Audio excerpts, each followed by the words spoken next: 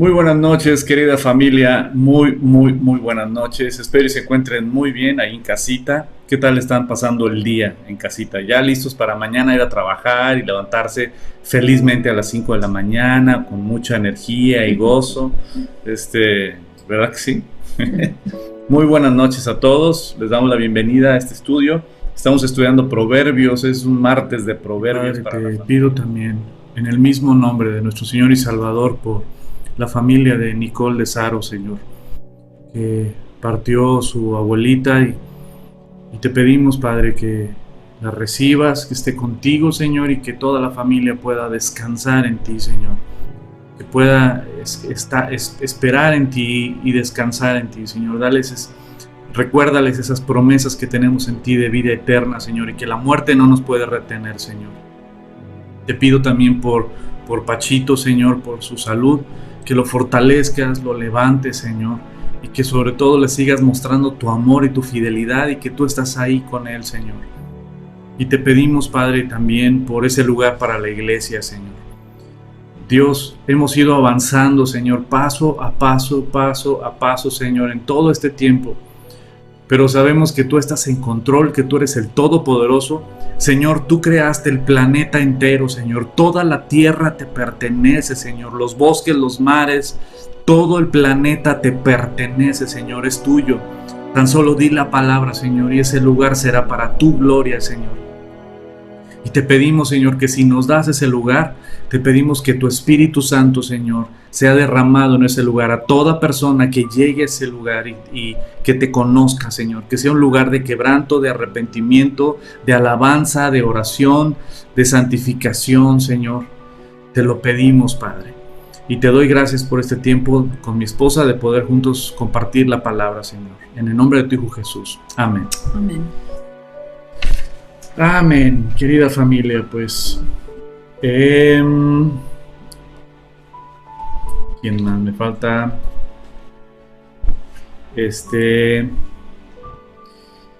Y pues bueno, vamos al estudio del día de hoy. Elizabeth Gómez, los enfermos de la familia Gómez. Vamos a orar por ellos también, claro que sí. Gómez Saldívar, dice Elizabeth Gómez, y también Adriana Ortegarte. Hola amigos y pastores. Les pido por favor oración por mi esposo Fer, que está enfermo. Claro que sí. Vamos, lo puedes poner ahí, amor, y vamos a orar después por ellos. Okay. Con todo gusto. Pues vamos al estudio, chicos, vamos al estudio del día de hoy. Estamos estudiando Proverbios, como muy bien saben. Estamos en el capítulo 22 y nos quedamos en versículo 9, vamos al versículo 10. Dice el versículo 10, dice: echa fuera al escarnecedor y saldrá la contienda, y cesará el pleito y la afrenta.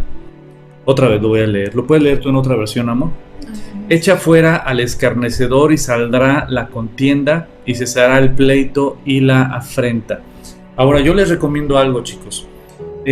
Hay mitos sobre la Biblia que me encanta taclear, ¿no? Porque luego hay mucha gente que tiene mitos sobre la Biblia, ¿no? Que si fue hecha por hombres, que si está llena de historias y fábulas, si están muchos conceptos que ya no aplican el día de hoy porque es un libro muy antiguo, que cada religión tiene su Biblia, que cuál es la verdadera. Hay muchos mitos sobre la Biblia y me encanta irlos desmenuzando de uno por uno.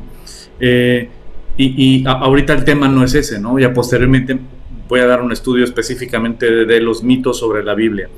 Pero algo que yo les recomiendo es que entendamos que no es que alguna religión tenga una Biblia.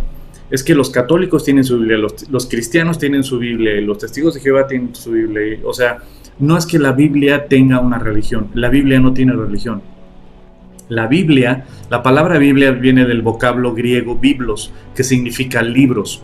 Y la Biblia es un compendio de libros y cartas que Dios dictó letra por letra a más de 40 autores en 3 continentes diferentes a lo largo de 1600 años y en 3 idiomas diferentes. El Antiguo Testamento fue escrito en hebreo y arameo, el Nuevo Testamento fue escrito en griego.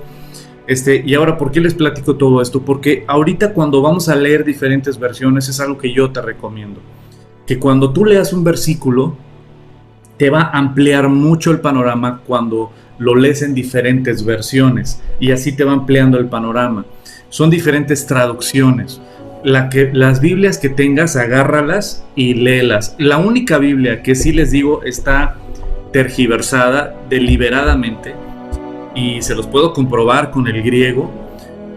La única Biblia que sí está manipulada y tergiversada es la única Biblia que nunca voy a recomendarles porque sí mienten. Es la Biblia de los Testigos de Jehová. La Sociedad Watchtower, ahora sí que los que se atrevieron a tocar la palabra de Dios y manipular algunos versículos se van a ir al infierno. ¿Cómo te atreves a manipular la palabra de Dios? Pero bueno, esa es la única Biblia que digo Nel. ¿Y por qué? Porque viéndote a los originales en hebreo, en griego, en arameo, te vas a dar cuenta que efectivamente se fueron gacho, pero no fue un error, no fueron errores. Fue deliberadamente un ataque hacia Jesucristo. Lo que más ataca la Biblia de los Testigos de Jehová es la naturaleza de Jesucristo. Pero ese es otro tema que otro día con todo gusto se los comparto porque me apasiona el tema de la apologética. Pero el punto es que ahorita que vamos a leer este versículo, si tienes la Biblia de Jerusalén, la latinoamericana, la Ediciones Paulinas, la Reina Valera, la NBI o la de las Américas o la de Dios habla hoy, etcétera, debemos entender que hay unas traducciones y hay otras, no son traducciones, se me fue la palabra, son transliteración, creo que es una transliteración, que no son traducción. Yo te recomiendo que siempre que estudies una Biblia sean traducciones. Por ejemplo, la de Dios habla hoy no es una traducción, es una transliteración, como le llaman, que es del español antiguo, lo traducen al español un poco más entendible. Pero en puede ser que algunos pasajes se pueda perder el mensaje principal. Entonces, yo te recomiendo una Biblia que sea de traducción. Por ejemplo, como todas las que te mencioné, salvo la de Dios habla hoy. Dios habla hoy es transliteración. Entonces, vamos a ver diferentes diferentes Biblias para entender este mensaje y poder ya dar la explicación. En la NBI dice, despide al insolente y se irá a la discordia, y cesarán los pleitos y los insultos. Otra vez, despide al insolente y se irá a la discordia, y cesarán los pleitos y los insultos. Ahora en la... es Dios habla hoy. Ok. ¿Quieres otra? No, está bien, porque a veces te da el panorama. No es una traducción, es importante dejarlo claro. Por lo tanto, no nos podemos basar nuestra doctrina en un casi comentario actualizado de la Biblia, ¿no? A eso me refiero. Uh-huh. Pero te puede dar una idea. Dice, despedido el insolente se va a la discordia y se acaban los pleitos y las ofensas.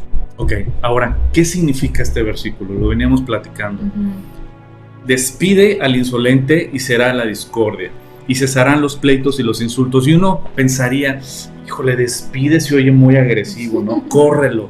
Que se vaya. ¿Cómo que corres a una persona? Si Dios es amor y nos manda a amarnos unos a otros, ¿por qué Dios mandaría en su palabra, despide al insolente y será la discordia, y cesarán los pleitos y los insultos? Y lo buscamos en diferentes versiones, también la Reina Valera, en la 60, y dice, echa fuera al escarnecedor y saldrá la contienda y cesará el pleito y la afrenta. El escarnecedor es el burlador, el que se burla, el incrédulo que se burla, el que cuando le compartes o le enseñas se burla y aparte lo hace de forma deliberada. Y podemos aterrizarlo hasta en nuestra actualidad en todas estas leyes que quieren aprobar que van completamente en contra de Dios, ¿no? Y el punto es que se burlan de Dios y se burlan de los creyentes. Ese es ese tipo de personas, ¿no? O sea, haz a un lado, literalmente corre, haz a un lado, no convivas con aquellos que se burlan, que son burlones, que son escarnecedores, como dice la versión Reina Valera 60, Dice, echa fuera al escarnecedor y saldrá la contienda y cesará el pleito y la afrenta, ¿no? Y fíjate, escarnecedor en Proverbios 21-24 dice, escarnecedor es el nombre del soberbio y presuntuoso, que obra en la insolencia de su presunción.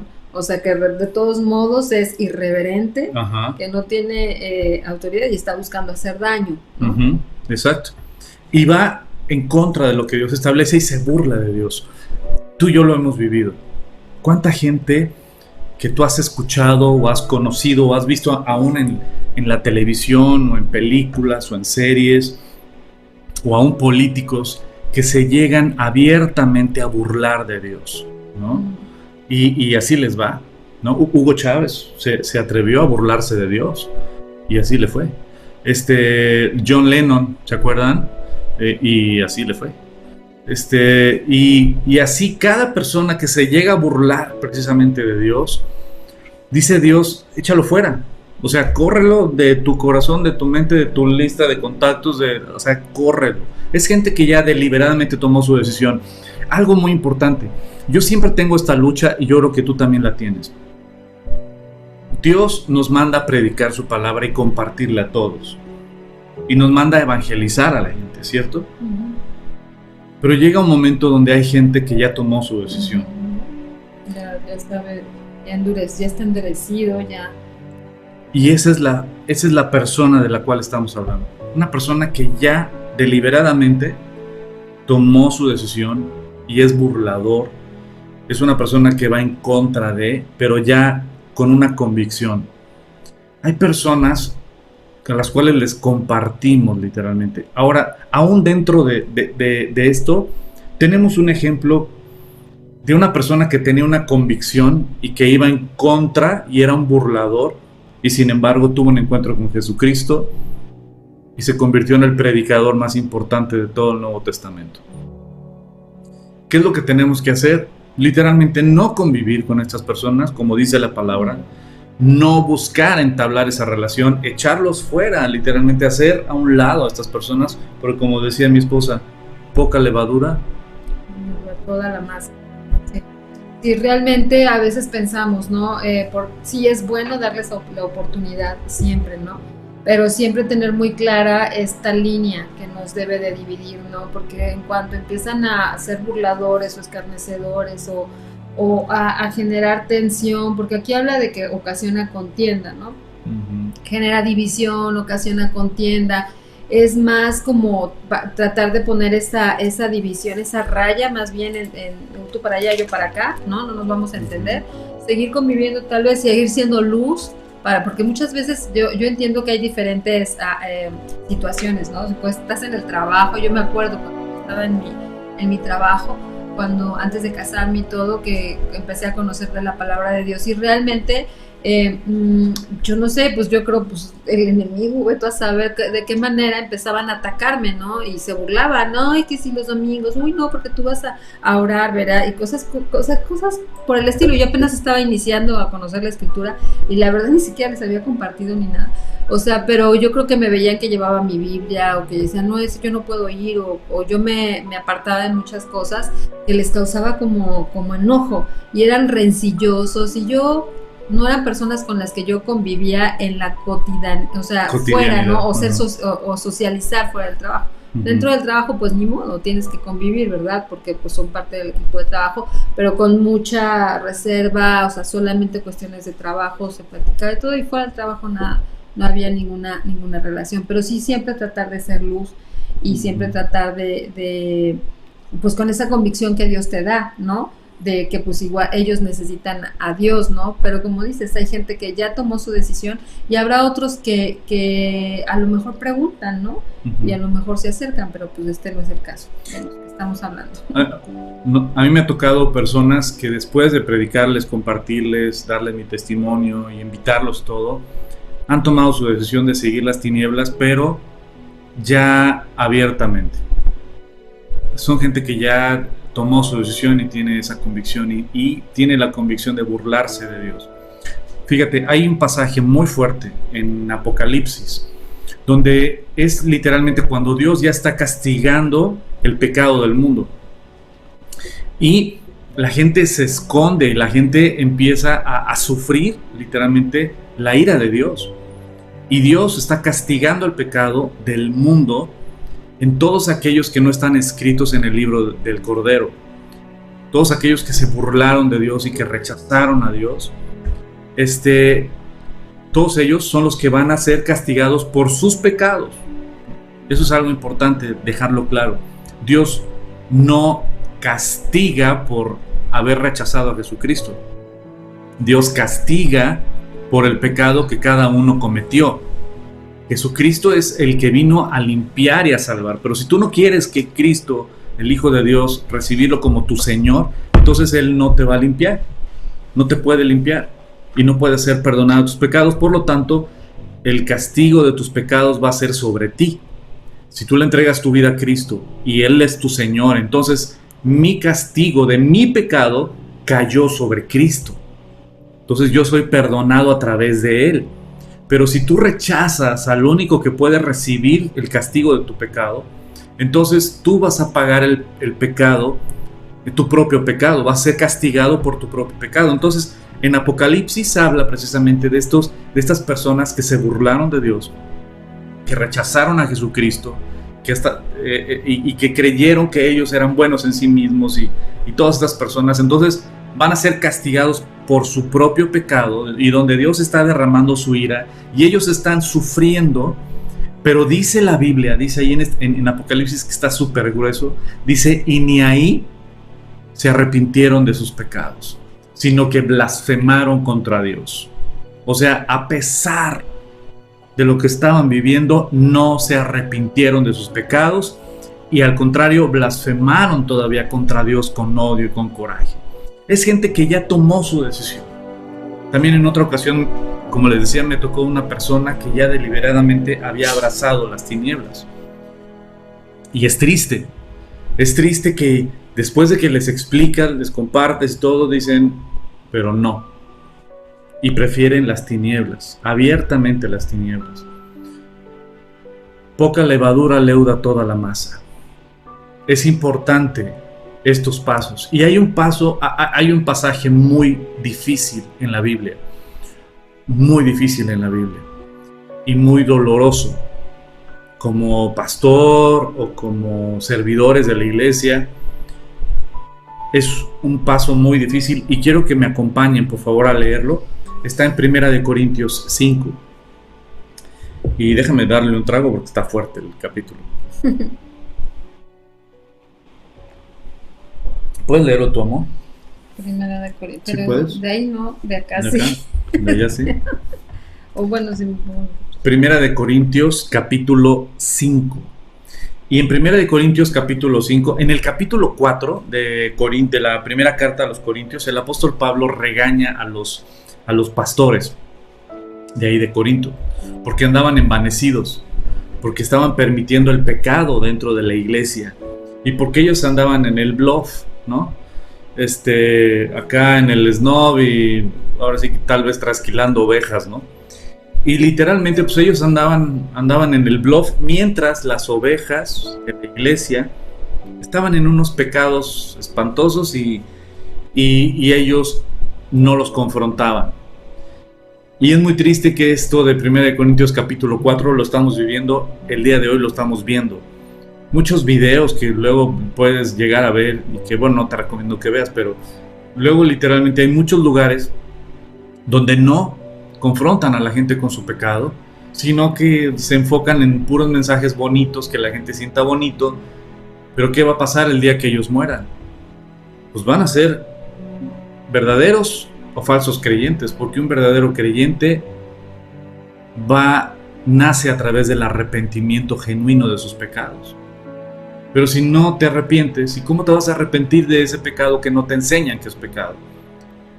Entonces, en 1 Corintios capítulo 4 precisamente habla de regaña el apóstol Pablo a estos pastores que andaban envanecidos, andaban freseando y que no confrontaban a la gente con su pecado.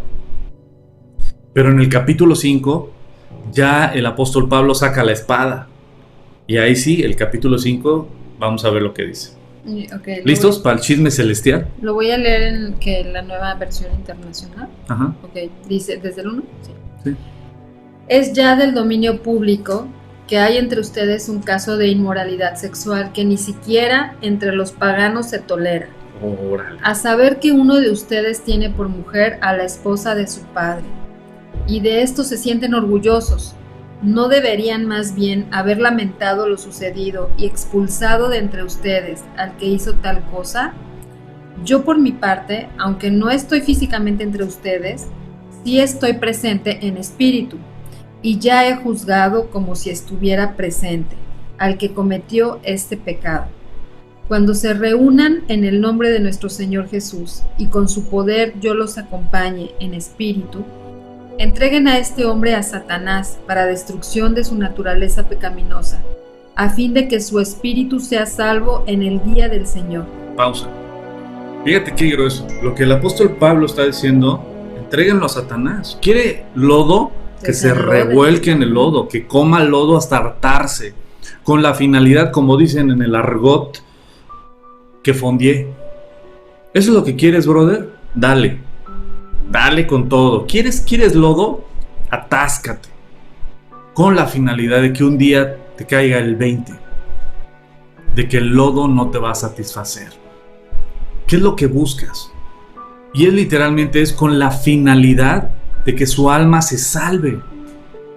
Y vamos a orar por él, pero no puede estar dentro de la iglesia creyendo que es cristiano, creyendo que es parte del cuerpo, cuando está revolcándose en el lodo. Lo que el apóstol Pablo dice, ¿sabes qué?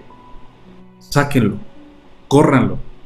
Y dice, yo ya he juzgado a este, y a él lo tienen que sacar de la iglesia, córranlo de la iglesia. Las nuevas filosofías antibíblicas dirían, solo es amor, amor, amor, amor. No juzgues, y estás juzgando, y juzgar es malo. Dios nos manda a amarnos y amarnos y amarnos. Espérame, claro, pero el amor implica disciplina también. Cuando tú amas a tu hijo, lo disciplinas, como dice la palabra de Dios en Proverbios. ¿Quién que tiene un hijo no lo disciplina? Como dice en Hebreos también. Todos, cuando tenemos hijos, los disciplinamos, no porque, no tengo nada que hacer hoy, pues a ver, pásame la varita, ¿no?, de corrección, y pues no, disciplinamos a nuestros hijos porque los amamos. Corrección. Es corrección. Y lo que está haciendo Pablo es literalmente juzgar un caso. ¿Para qué? Con la finalidad de que su alma se salve. Pero dentro de eso es, córrelo, échalo fuera. No puede quedarse dentro de la iglesia, para que él no se engañe y no crea que es cristiano, no crea que anda bien. Tristemente el día de hoy, que es lo más común, que cuando tú como pastor confrontas a alguien con su pecado y no le gusta, obvio, se va a otra iglesia. Y en otra iglesia que no me digan nada, ¿no? O que no lo conocen. Y que no me confronten, que no me confronten. Es algo que es muy triste. En vez de vivir la bendición de ser corregidos por Dios y ser limpios, lo que va a pasar es que no van a tener nunca un encuentro verdadero con Jesucristo. Por lo tanto, lo más seguro es que su alma no sea salva. Porque si estás ocultando tu pecado o abrazando tu pecado, pero colgándote un título de cristiano, estás engañado, estás engañada. Hay personas, una persona que me dolió mucho, que les dimos consejería a su matrimonio. Él andaba en infidelidad. Le decíamos, arrepiéntete, tienes que dejar a la otra persona, tienes que serle fiel a tu esposa y tienes que restaurar tu matrimonio. ¿Qué fue lo que pasó? Que esta persona acabó abandonando a su esposa, y como él es abogado, dándole divorcio, se divorció de ella. Pero después, él, creyéndose cristiano, empezó a andar con su amante y la quería traer a la iglesia. Fue cuando dije, no, espérame, no te equivoques. No puedes traer a tu amante a la iglesia. ¿Para qué? ¿Para que Dios santifique o bendiga tu adulterio? No nos engañemos. poco de levadura leuda toda la masa. No puede haber ese tipo de situaciones. Y podremos engañar tal vez a algunos hombres, pero no podemos engañar a Dios. No podemos engañar a Dios. También otro caso muy triste que me tocó, esto fue hace mucho tiempo, no fue aquí en La Roca, gracias a Dios, pero de una persona que yo estaba haciendo un evento de evangelismo y quería participar en el evento de evangelismo y estaba muy entusiasta en el evento de evangelismo, dice, y yo te puedo ayudar, y yo esto y lo otro, y dije, oye, este vato está con la pila 1000, qué buena onda, ¿no? Y de repente ya platicando con él un poco más, no, pues es que también mi mujer quiere, padrísimo, ¿no? Y resulta que le digo, oye, ella es tu esposa. No, todavía no nos casamos, pero espero en Dios casarme. Lo que pasa es que todavía mi esposa no me quiere dar el divorcio. Y yo, a ver, espérame. ¿Cómo? Y sí, me dijo, sí, lo que pasa es que me quiero divorciar de mi esposa, pero ella no me quiere dar el divorcio. Y me quiero divorciar porque ella no es cristiana. Pero ahora, la mujer con la que ando, ella sí es cristiana. Entonces, ahora, y dije, este vato trae una confusión horrible. ¿Cómo puedes llamarle a tu amante que ella es cristiana y que tú eres cristiano y que estás abandonando a tu esposa y a tu hija, que tiene una hija, porque no son cristianas? Es completamente contrario a lo que las escrituras nos enseñan. Entonces, ¿sabes algo? Podemos estar tan entenebrecidos y tan perdidos por no conocer las escrituras y por no dejarnos confrontar con las escrituras, que seguimos creyendo que estamos bien o seguimos creyendo que somos cristianos, cuando la realidad, si esta persona hubiera muerto, hubiera estado en el infierno.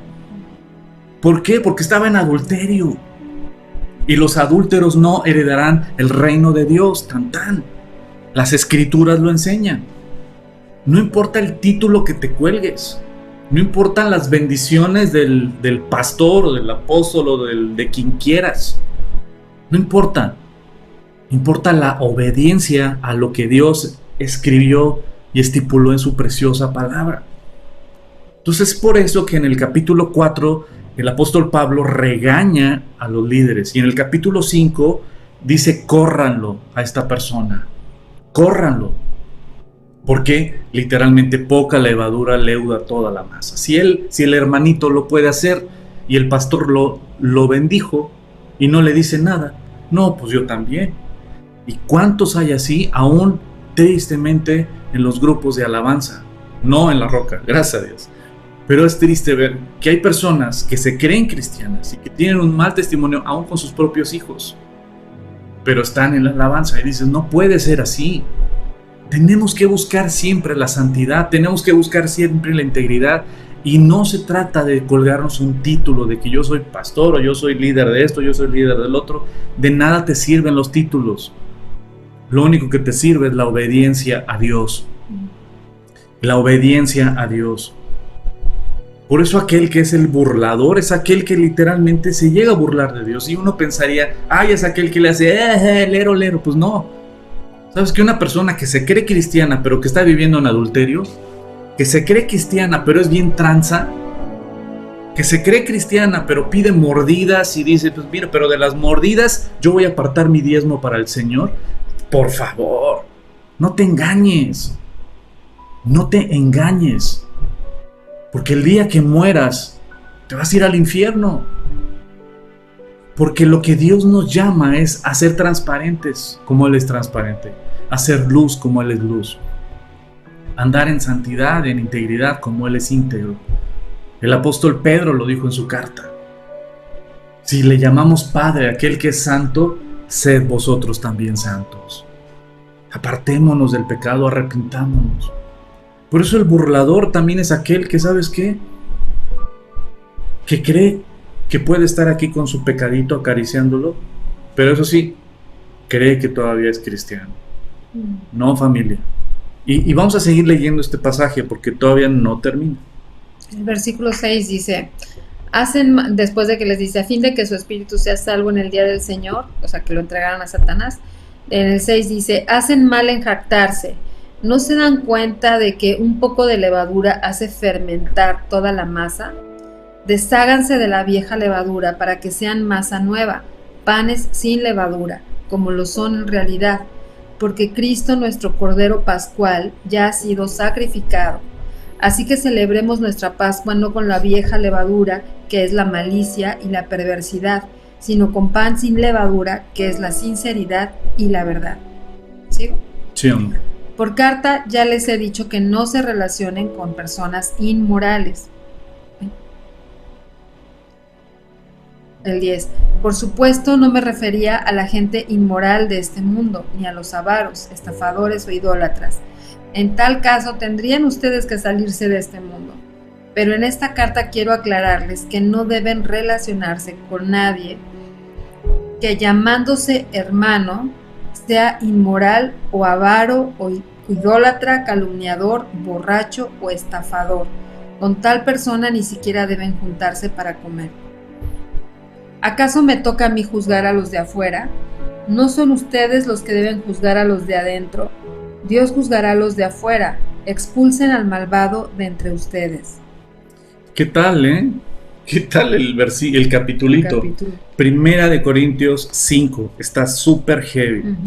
Pero el capítulo 4 regaña precisamente a los pastores de la iglesia en Corinto, porque andaban en el bluff, porque andaban envanecidos, porque no los confrontaban con su pecado, porque les daban mensajes bonitos, ¿no? Entonces, pues, la iglesia era inmoral completamente.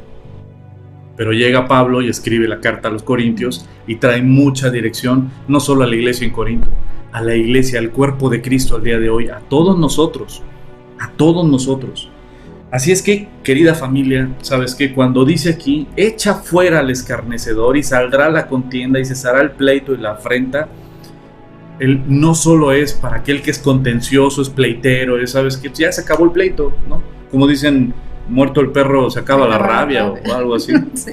Un camarón que se duerme me lo como con galleta. Muerto el perro se acaba la rabia. Así dice.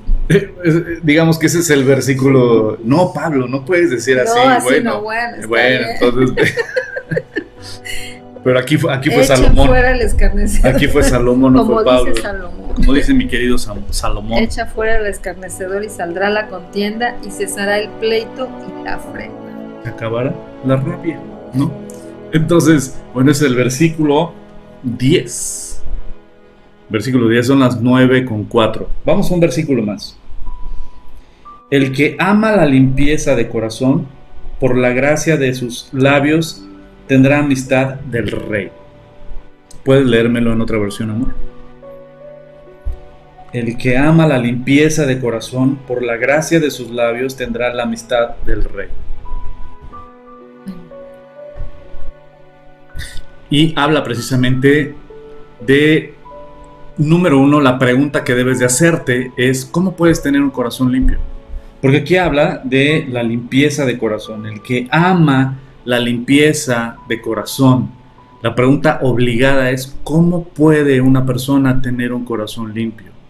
¿Cómo amarla? ¿Cómo vas a amar un corazón limpio? Tener un corazón limpio. Sí, o sea, pero realmente que sea anhelar, buscarlo, escudriñar, constantemente estar pidiéndole al Señor, ¿verdad? Que nos ponga enfrente de nuestra mente los pecados de los cuales no son ocultos, que ni cuenta nos damos, ¿no? De esos pecados que envidia, celos, contienda, los pleitos, las disensiones, ¿no? Todo ese tipo de cosas que son pecados y que a veces parecieran que son como ahí, o sea, todos somos, o sea, fue un error, fue sin querer o cosas por el estilo que a veces podemos minimizar, ¿no? Pero dice, el que ama la pureza de corazón y tiene gracia al hablar, tendrá por amigo al Rey. Ese es NBI. ¿Cómo lo podemos tener? Dice Mateo 5, bienaventurados los de limpio corazón, porque ellos verán a Dios. Bienaventurados los de limpio corazón, porque ellos verán a Dios. Es Mateo capítulo 5, las bienaventuranzas del sermón del monte de nuestro Señor Jesucristo, precioso sermón, Mateo del 5 al 7, no te lo pierdas. Y en Proverbios, el Salmo 119, ¿te acuerdas? El Salmo 119 habla mucho acerca de realmente anhelar cumplir con los mandamientos del Señor, porque entonces dice con qué purificará el joven su camino, ¿no? Con guardar su palabra, pero también habla de que lámpara es a mis pies su palabra. Entonces habla de amar el corazón limpio, es escudriña las escrituras, ponte a cuentas con el Señor, interésate en lo que al Señor le interesa, tu comunión diaria, y ponerse a cuentas realmente es limpiar nuestro corazón de tantas cosas que podemos llegar a cargar, de rencores, amargura, todo lo que se puede llenar dentro de nosotros, que hace de repente que estemos como medio enojados o orgullosos. Es continuamente el que ama la limpieza de corazón, ¿no? Sí. O sea, no te quieres quedar con eso, tienes que limpiar tu corazón, porque sabes que al Señor le agrada que tu corazón esté limpio para venir y platicar con Él. ¿Y cómo puedes limpiar tu corazón? Pues literalmente el Salmo 119 nos da la respuesta. Es con qué limpiará el joven su camino, ¿no? O también en Efesios capítulo 5, ahorita se me viene, cuando dice en Efesios capítulo 5 que el esposo debe de lavar a su esposa con el lavamiento de la palabra. Uh-huh. No, también nuestro Señor Jesucristo con los apóstoles cuando le va a lavar los pies. Y ahí también Jesucristo habla de que ya han sido lavados por la palabra. Es decir, la palabra de Dios nos lava, nos limpia. ¿Y cómo nos lava y nos limpia? Vamos a aterrizarlo en términos prácticos, ¿no? Porque luego podemos escuchar conceptos bíblicos, espirituales, que nos quedamos en el ¿y cómo es en la vida práctica? Como muy bien lo acaba de decir mi esposa. ¿Sabes qué? Cuando tú escuchas la palabra, te corrige, te limpia el camino, te enseña lo que es bueno y lo que es malo. Voy a poner un ejemplo muy, muy claro para esta época. Halloween o Día de Muertos. Es lo normal. Tú y yo lo festejábamos seguramente. Yo sí, yo festejaba Día de Muertos. Me echaba ahí mis panecitos y todo, y el Halloween, ¿no? Me disfrazaba de monstruo, me encantaba porque yo soy actor, entonces ya sabes, me buscaba la superproducción de acá de monstruo y de todo lo que tuviera así. Y tú así. Pero pues a mí me encantaba, ¿no? Y uno piensa, no, pues no tiene nada de malo. Es diversión. Es diversión. Aparte, no sean fanáticos, no tiene nada de malo. O sea, ¿qué tiene de malo que uno se disfrace? Es un juego, es diversión, nada más una vez al año, ¿no? Entonces, uno lo justifica siempre y no le da importancia. Y hacen fiesta. Pero cuando empiezas a leer la Biblia, y la Biblia es luz, y te empieza a limpiar tu mente, tu corazón, y empieza a enseñarte que las tinieblas no somos hijos de las tinieblas, y no tenemos por qué representar a ninguna tinieblas ni a la muerte. La muerte es un enemigo, como dice Apocalipsis. La muerte es un enemigo del ser humano, el cual fue vencido por el Hijo de Dios. Entonces, si Cristo vino a vencer a la muerte como un enemigo del ser humano, este culto a la muerte no proviene de Dios.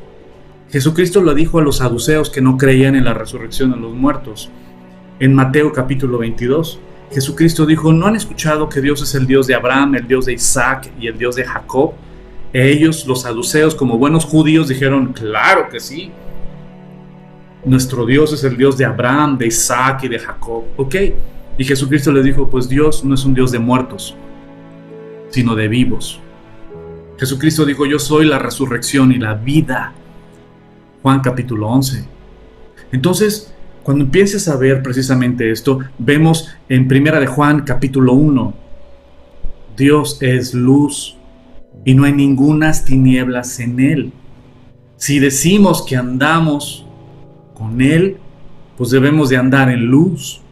Somos hijos de luz. Ahora, en esta época, ¿qué es lo que se celebra? No se celebra la luz, se celebra las tinieblas. No se celebra la vida, se celebra la muerte. Entonces debemos de entender, no, es que espérate. Lo que pasa es que celebramos o recordamos a nuestros seres amados que ya murieron y todo. No, la verdad, ese es el betún. Pero la festividad real, y todo lo que hay detrás de ella, la ofrenda, la comida, las flores, todo eso son cosas completamente fuera de lo que Dios quiere y permite, y todos son literalmente cosas paganas que cosas que Dios abomina. Pero en la ignorancia que antes teníamos, pues hacíamos hasta la ofrendita, ¿no? Nos disfrazábamos de monstruos porque era divertido y todo eso, pero era ignorancia. Pero ahora que conocemos las Escrituras, ahora que conocemos al Dios vivo, ahora que su palabra ha sido revelada a nuestras vidas, ahora su palabra trajo luz, su palabra trajo limpieza, ahora ya sabemos qué le gusta y qué no le gusta. Y entonces ahora entiendo, no, ya sé que esto no te gusta, Señor, ya me retiro. Dios a través de su palabra me limpia, me purifica, me enseña qué es lo bueno y qué es lo malo. Eso es. Cuando tú estudias las Escrituras te vas a dar cuenta qué es lo que Dios quiere y qué es lo que Dios aborrece. La borrachera, por ejemplo. Otro ejemplo muy común. Ay, ¿qué tiene de malo? Se puso happy, ¿no? Nos la estamos pasando bien, ¿no? Ándale, solo se puso happy. O no, pues es que es divertido. Y hay algunos que hasta la presumen, ¿no? No, y nos pusimos una que hasta... Y dices, qué triste que estás presumiendo algo que Dios aborrece. Que no permite. Que Dios prohíbe y que Dios aborrece. Dice la palabra de Dios en Primera de Corintios capítulo 6, versículo 9, que los borrachos no heredarán el reino de Dios. Entonces estás presumiendo que vas a ir al infierno, según bíblicamente, y dices, pues no está chido. O la mentira, una mentira piadosa, no le hace daño mal a nadie. No, es que tuve que mentir o tuve que decir eso para no lastimar o no ofender o no provocarle problemas a... No, espérate, la mentira no tiene justificación. Y la hemos hecho parte de nuestras vidas como si fuera lo más normal. Dile que no estoy, ¿no? Entonces, vivimos en un mundo completamente apartado de Dios. Y cuando viene la palabra de Dios a nuestras vidas y meditamos en ella, entonces empieza a limpiarnos su preciosa palabra. Limpia nuestro camino. Si antes la mentira era parte de nuestras vidas o no lo veíamos nada malo, decimos ya no, fuera. Y nos vamos limpiando. Si antes me gustaba la parranda y agarrar la jarra y decir, pues qué tiene de malo, ¿no? Y vámonos al Noa, y mira, pues está chido. Pero ahora ya entendí que Dios abomina, aborrece la borrachera. Fuera. Y así me puedo seguir y seguir y seguir. Entonces la palabra de Dios nos limpia y nos va purificando, nos va preparando para presentarnos a Él mismo. ¿Se acuerdan en este pasaje que lo estamos estudiando en capacitación? En capacitación estamos estudiando el libro de Daniel. Y el libro de Daniel vemos cómo el rey Nabucodonosor se llevó al palacio a varios cautivos de Jerusalén. Y entre ellos iba Daniel y sus amigos. Pero antes de presentarse delante del rey Nabucodonosor, tuvieron un periodo de preparación. En ese periodo de preparación era prepararse para ser dignos de estar delante del rey Nabucodonosor. Antes no. Tenían que ser preparados, adiestrados, educados durante un tiempo para ser dignos de estar en la presencia del rey Nabucodonosor. Es lo mismo que nosotros como hijos de Dios. Pero la gran diferencia es que ningún rey humano es para el cual nos estamos preparando. Dios empieza a limpiar nuestro camino, empieza a limpiar nuestro corazón, nuestra mente, como dice Romanos capítulo 12, versículos 1 y 2, que Él va limpiando, que presentemos nuestros cuerpos en sacrificio vivo y santo, una ofrenda agradable a Él, una ofrenda consciente. Y que no nos amoldemos a este mundo, sino que nos transformemos conforme a las Escrituras, con el lavamiento de su palabra. ¿Para qué? Para comprobar la buena voluntad de Dios, agradable y perfecta en nuestras vidas. Y eso nos va preparando, ¿para qué? Para ser dignos de estar en la presencia de nuestro Creador. Por eso Eso es de lo que se trata. Ujú. Dios nos va limpiando y nos va purificando y nos va preparando para estar en su preciosa presencia a todos los que hemos confiado y descansado nuestra salvación en el sacrificio perfecto y completo del Hijo de Dios en la cruz.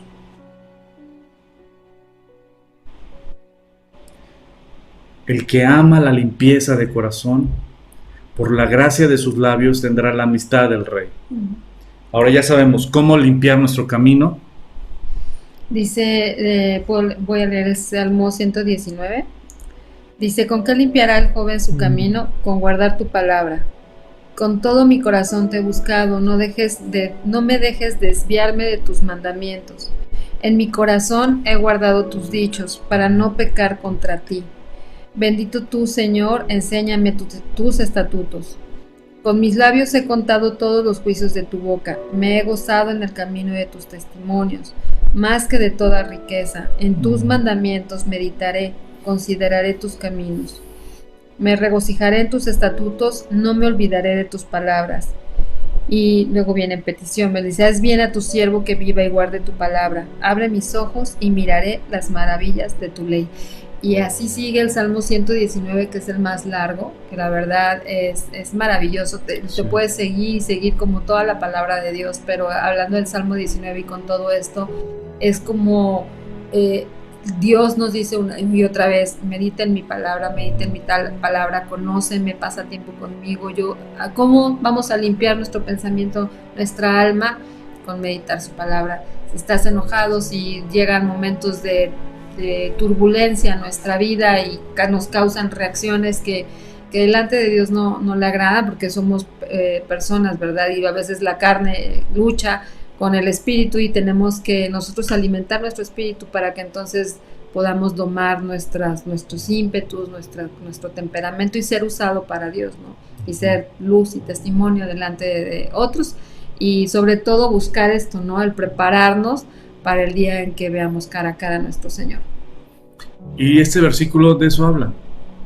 Número 1, de que Dios a través de su preciosa palabra nos limpia nuestra mente, nuestro corazón, nos quita, nos purifica, nos corrige, nos disciplina, nos instruye, nos anima, nos pone goles y metas, nos deja muy claro el camino, su preciosa palabra.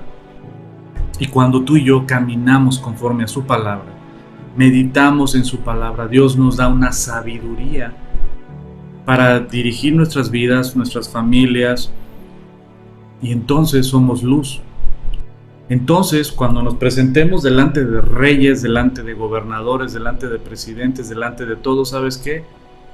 Nuestra luz brilla y la gente lo ve. Algo muy importante que tú debes saber, que Dios da más sabiduría que cualquier otra universidad, que Dios y su palabra dan más sabiduría y conocimiento que cualquier lugar, y Él te prepara y forja un carácter en ti, y entonces te conviertes en luz en este mundo que necesita ejemplos a seguir. La gran diferencia, que tú puedes conocer a gente con grandes títulos, con grandes empresas, pero con vidas destrozadas, familias con matrimonios destrozados, con hijos descarriados o con un carácter débil. Pero lo que Dios da en su preciosa palabra es fortalece un carácter, da sabiduría para vivir, para contestar y para instruir. La palabra de Dios te da gracia delante de la gente. Y hay ocasiones donde estás tal vez en una reunión y todos están hablando de diferentes temas, pero tú llegas a mencionar algo de las Escrituras y todos se quedan así como que ¡wow! Y dices, ok, no me voy a volar los créditos, yo no soy el autor, pero hay alguien que fue el autor de ese comentario o de esa instrucción. Y eso es lo padre, que Dios da sabiduría para guiar a nuestras familias. Él nos ha dado el manual del fabricante. Así es que haremos bien, como dice el Salmo 1, a estar atentos como antorcha que alumbra el lugar oscuro. No, eso no dice el Salmo 1, pero está bien chido lo que dice Pedro también. Pedro dice eso, que tenemos la palabra profética más segura, a la cual haremos bien a estar atentos como antorcha que alumbra el lugar oscuro, que es la palabra de Dios. Pero el Salmo 1 dice que si meditamos en ella y nos deleitamos de día y de noche, y ella es nuestra delicia. Esa frase me encanta. Si es tu delicia, si es tu deleite la palabra de Dios. No es de que tengo que estudiar la Biblia. No la tienes que estudiar, bro. Pero ¿sabes qué? Sí, cuando es tu deleite, es tu delicia, entonces es porque tu espíritu tiene vida y anhela la palabra de Dios. Porque cuando un espíritu tiene vida, la palabra de Dios es un deleite. Te deleitas en la palabra de Dios. Y entonces eres como árbol plantado junto a corrientes de agua, que vas a dar tu fruto en su tiempo, y tu hoja no caerá, y todo lo que hagas prosperará. Pero primero tienes que estar plantado firme en la palabra de Dios y meditar en ella, y que ella sea tu delicia de día y de noche. Y Dios te da gracia delante de la gente. Vamos a orar ya para terminar, porque ahora sí ya nos colgamos. Pero gracias por su paciencia. ¿Puedes orar tú, amor? Dios, te agradecemos por esta palabra que tú nos recuerdas, Señor. Gracias, Dios, porque sabemos que cuando nos acercamos a ti para suplicarte que limpies nuestra mente, nuestro corazón de cosas que a ti no te agradan, Señor, tú vienes con tu palabra, nos limpias, nos confrontas, nos haces recapacitar, Señor, buscar el arrepentirnos y cambiar de dirección. Si antes hacíamos las cosas de una manera, cuando venimos a tu palabra y tú nos hablas, nos dices cómo debemos de actuar, entonces es ya no regresar a lo que estaba atrás, sino seguir caminando con esta guía segura, Señor, que tu palabra sea nuestra delicia, que nos podamos estar todo el tiempo deleitando en lo que tú nos dices, Señor, porque tú eres el que abres nuestro entendimiento y nos das esta llenura que viene y sacia, Señor, sacia tu palabra cada parte de nuestra alma, de nuestro corazón, Señor. Yo te pido por cada persona que está escuchando este mensaje, que limpies su corazón, Señor, que traigas a su memoria los pecados que aún les han sido ocultos, Señor, que escudriñen ellos dentro de su mente, de su corazón, y que se puedan poner a cuentas contigo, que nos pongamos a cuentas contigo, Señor, para que esta noche podamos descansar entre tus brazos con un corazón limpio y estar lavando diario, todo de continuo, Señor, nuestra mente y nuestro corazón con tu palabra. Gracias, Señor, te amamos y gracias por hablarnos esta noche. En el nombre de Jesús, amén. Amén. Pues amigos y querida familia, que descansen, que tengan una muy bonita noche. Margarita Leónides, que puedas dormir como bebé. Y les mandamos un fuerte abrazo a todos ustedes. Gracias por estar con nosotros esta noche. Y primero Dios, nos vemos el jueves para el estudio de matrimonios que estamos viendo de Génesis capítulo 2. Y dejarás a padre y madre y te unirás a tu mujer y ya no serán más dos, sino serán una sola carne. Y lo que Dios unió no lo puede separar el hombre. Este próximo jueves vamos a ver ese precioso pasaje.